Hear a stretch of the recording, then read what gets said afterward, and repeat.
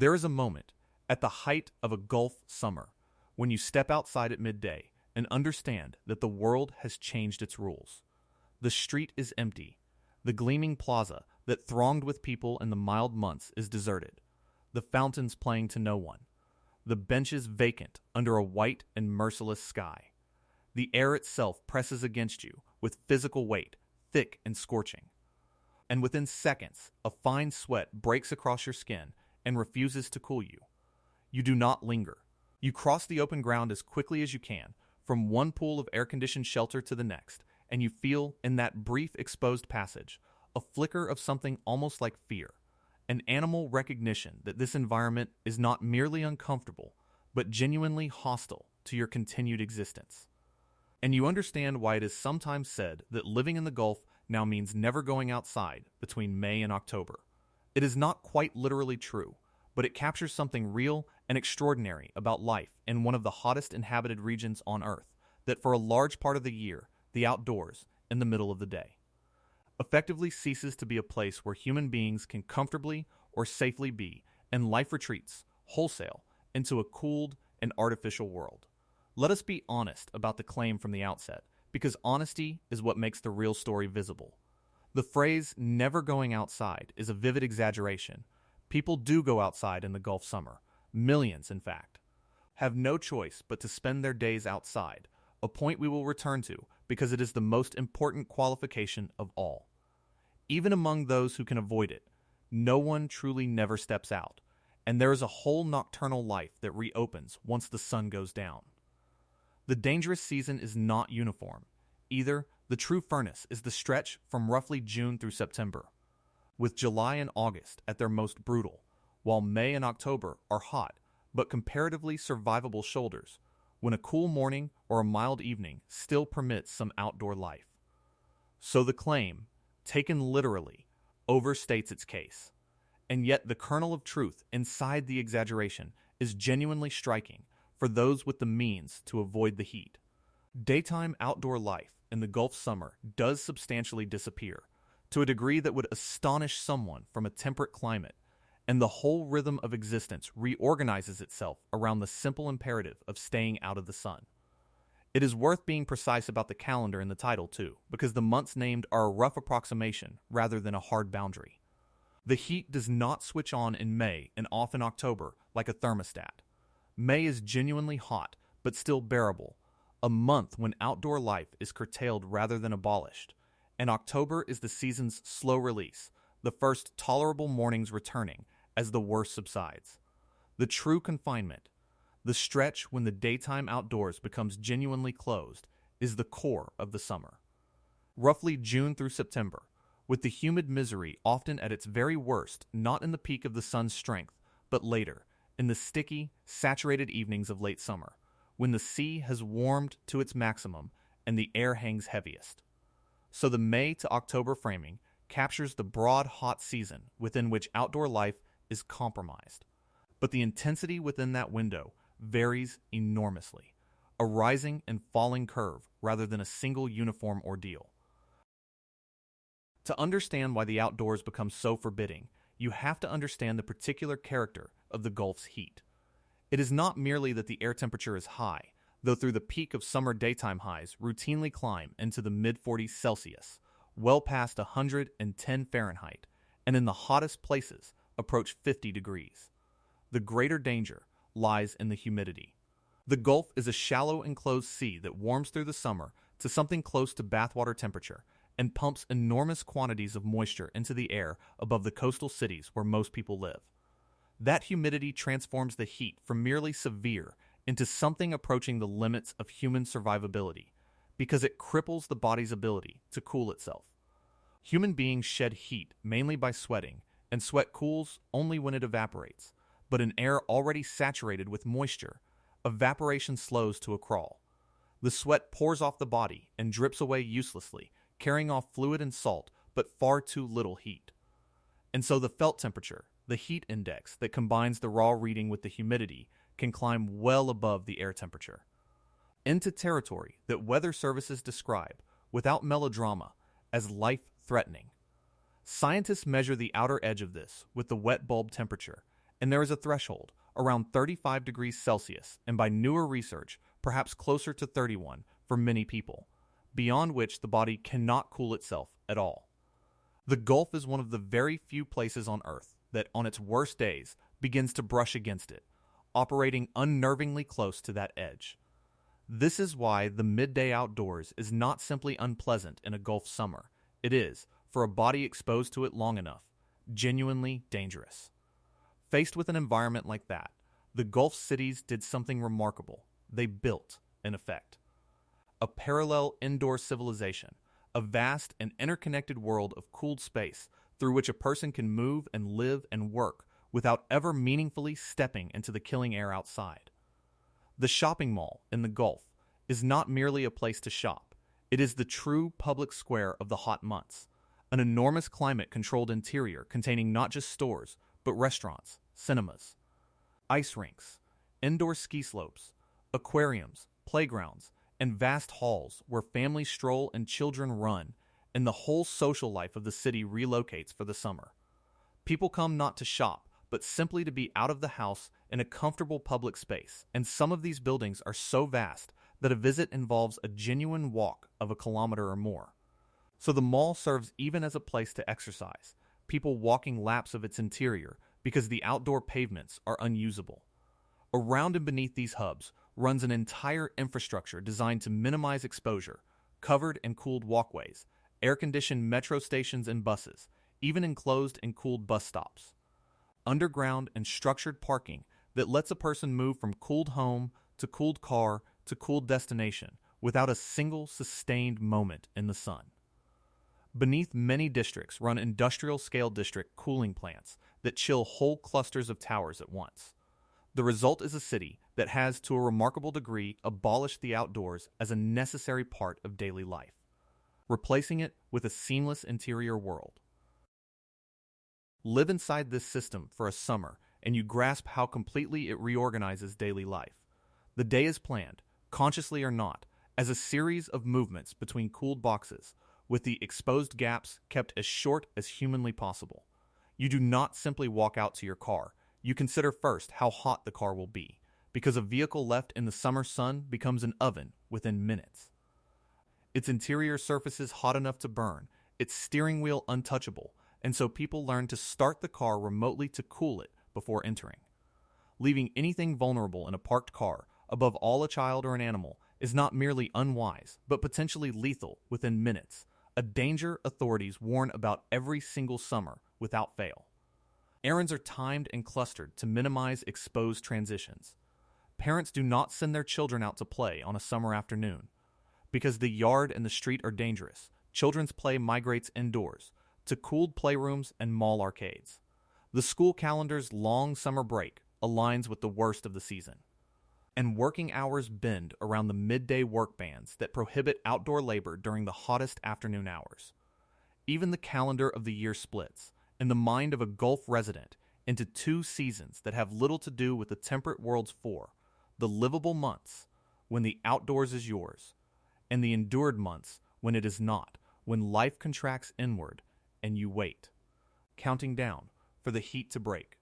But here is the crucial qualification that keeps never going outside from being wholly accurate, and it is genuinely important. Because life in the Gulf summer is not so much abolished as displaced in time. The outdoors does not vanish entirely, it moves to the night, when the sun goes down and the worst of the day's heat begins, slowly, to relent. The cities of the Gulf undergo a nightly transformation. The parks that stood empty and shimmering at noon fill with families in the late evening. The corniches and waterfront promenades come alive after dark with strollers and joggers and children. Outdoor markets, restaurants with terraces cooled by mist and fans, cafes, playgrounds, all of it reopens under the night sky. And the social life that fled the daytime heat reconstitutes itself in the cooler dark. It is entirely normal to see children playing in a park at 11 at night, families dining outdoors past midnight. The whole rhythm of the day shifted several hours later to chase the tolerable hours. Restaurants do their real trade late, shops and markets stay open past midnight. Weddings and gatherings shift into the small hours, and the whole social clock slides later, so that what a northerner thinks of as late evening becomes merely the beginning of the day's active outdoor hours. Summer in the Gulf is, in this sense, a nocturnal season. So it is not that people never go outside, it is that they invert the day, retreating from the lethal sun and reclaiming the outdoors under cover of darkness. The phrase should really be that daytime outdoor life disappears, which turns a picture of total confinement into something subtler, a civilization that has learned to live by night for half the year. And yet even this has limits, because on the worst nights of July and August, the temperature after dark barely falls, remaining in the 30s Celsius, and the humidity can be worse in the evening than at midday, so that even the dark offers little relief and the retreat indoors becomes close to total, day and night alike. Now we come to the qualification that matters most of all, the one that turns this from a story about lifestyle into a story about justice. Because the indoor life we have been describing is a privilege, and a large share of the Gulf's population does not have access to it. To say that living in the Gulf means never going outside is to describe the experience of the comfortable classes, the citizens, the affluent expatriates, the professionals with cooled homes and cooled cars and jobs performed in cooled offices, for whom the summer really can be passed almost entirely indoors. But the Gulf cities are built and cleaned and served and supplied by millions of low-paid migrant workers, and for them the opposite is true. They are the ones out in the killing sun, on the construction sites and the roadworks, tending the landscaping, delivering the food, precisely so that everyone else can move between their cooled boxes in comfort. For these workers, summer is not a retreat into an air-conditioned paradise. It is an inescapable ordeal, endured outdoors, day after day, in the very heat that everyone with a choice is fleeing. Many return each night, not to a cooled apartment, but to crowded labor accommodation, where the cooling may be inadequate. So the sentence living in the Gulf means never going outside is, for a huge fraction of the people who actually live there, exactly backwards. It describes the world of those who can afford to hide from the heat, and erases the world of those whose labor makes that hiding possible. The vanishing of the outdoors is real, but it vanishes only for some, and the comfort of the sheltered rests directly on the exposure of the unsheltered. This inequality runs across every gradient of wealth. The comfort of the indoor summer depends entirely on reliable, affordable air conditioning, and that reliability is not evenly distributed. A wealthy household cools its home to whatever temperature it likes and never thinks about the bill. A poorer household, watching the electricity costs climb, may keep the cooling higher and the home hotter than is comfortable, or confine the cooling to a single room. Those in older or poorly maintained housing may have cooling that struggles or breaks down under the strain, leaving them exposed even indoors. And the elderly living alone, the sick, the isolated, may lack both the means and the ability to keep themselves adequately cool. So even within the sheltered indoor world, the quality of the shelter varies enormously, and the heat presses hardest on those least able to defend themselves. And there is a psychological cost even for those who can afford full shelter, a subtler toll. To spend half the year essentially confined indoors, moving through a sequence of cooled interiors, rarely feeling the sun or the open air, is a strange way to live, and many residents describe a kind of cabin fever, a restlessness that accumulates over the long confinement. The effect on children may be the most significant of all, for a generation is growing up for whom the outdoors is, for half the year, simply not a place they go, their play and their contact with the natural world curtailed in ways whose long-term effects are not yet fully understood. Step back and consider what the whole system rests upon, because its very completeness conceals a profound fragility.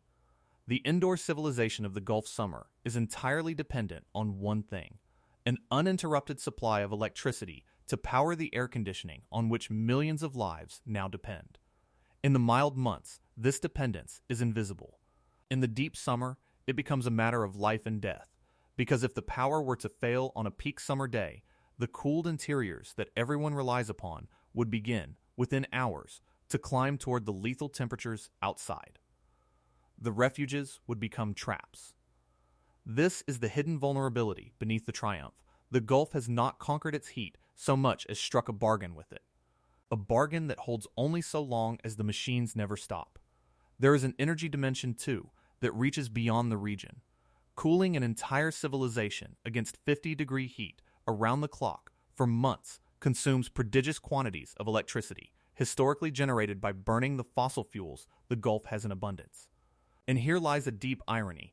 Burning those fuels releases the greenhouse gases that drive the warming that makes the Gulf's heat ever more extreme, which demands ever more cooling, which demands ever more energy.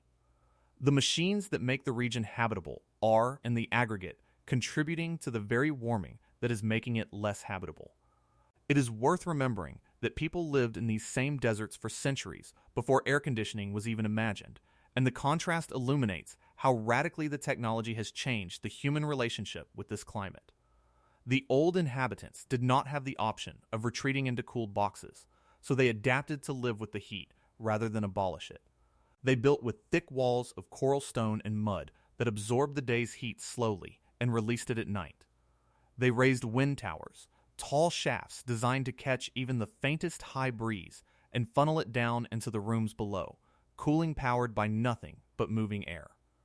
They packed their homes close together and threaded narrow, shaded lanes between them, arranged their dwellings around courtyards that trapped the cool night air, and organized their days around the heat, working in the cooler hours and resting through the punishing middle, much as the modern Gulf now shifts its life toward the night. Their outdoors was not abolished. It was managed, worked with, respected. What air conditioning offered was something new and seductive, not adaptation to the heat, but escape from it. The ability to ignore the desert climate entirely by manufacturing a temperate one indoors. That escape made possible the enormous modern cities that could never have existed under the old constraints. But it also severed the population's relationship with the outdoors in a way the old adaptations never did. And that trade looks increasingly precarious, because the climate the Gulf is fleeing is not holding still. It is intensifying, and faster here than in most of the world, at a rate that outpaces the global average. The summers driving everyone indoors are growing hotter and longer with each decade, and the implications for the phrase we began with are direct. The window of the dangerous season, which runs roughly from May through October with a June to September peak, is not fixed. On current trajectories, it is liable to expand. The heat arriving earlier in the spring and lingering later into the autumn, the brutal core growing more intense, and the tolerable shoulders shrinking. The nights that offer the nocturnal reprieve may cool less and less, narrowing even that escape. In other words, the exaggeration in never going outside between May and October may become less of an exaggeration over time. As the months of genuine confinement lengthen and the outdoors is surrendered for a larger share of the year, what is now a vivid overstatement of a partial reality could, in the hotter Gulf of coming decades, drift closer to a literal description. The people who now say it as a knowing exaggeration may find their grandchildren saying it as a simple statement of fact. This raises a profound question about the future of these cities and about human habitation in the hottest parts of the world, because the Gulf is in many ways a preview of challenges that climate change will bring to more places.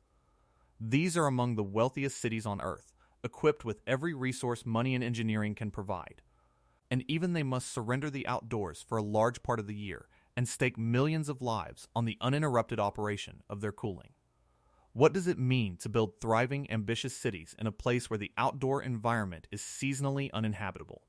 It means accepting a permanent and deepening dependence on technology and energy, a permanent vulnerability to any interruption of supply, and a permanent inequality between those who can afford the shelter and those who cannot. The Gulf demonstrates that it is possible, with enough wealth, to build a glittering civilization in a climate that periodically approaches the limits of human survivability. But it also demonstrates the cost, the fragility, the inequality, and the strange, confined, indoor quality of the life that results. As other regions grow hotter, they will face versions of the same choice, and the Gulf's experience, its ingenuity and its vulnerabilities alike, is worth studying closely. So let us return, at the last, to the claim we began with. Does living in the Gulf now mean never going outside between May and October? No, not literally. People do go outside. They go out at night. When the cities come alive under the dark, They endure the milder shoulders of the season, and millions have no choice but to labor outdoors through the very worst of it. The phrase, taken word for word, overstates its case and erases the workers for whom the reality is precisely the opposite. But beneath the exaggeration lies something genuinely remarkable and true, that for a large part of the year, for those with the means, daytime outdoor life in the Gulf substantially disappears, driven indoors by a heat that approaches the outer limits of what the human body can survive. Into a cooled and artificial parallel world of astonishing ingenuity and real hidden fragility. Life does not stop in the Gulf summer. It retreats and inverts and reorganizes itself entirely around the avoidance of the sun in one of the most striking adaptations to extreme climate anywhere on the planet. And as the region grows hotter, that retreat threatens only to deepen. Until the vivid exaggeration we began with edges, decade by decade, closer to the plain truth. The empty summer streets of the Gulf are not a curiosity. They are a preview and a warning of what it may increasingly mean to live in a world where the outdoors itself, in more and more places, becomes a season to be survived rather than a home to be freely lived in.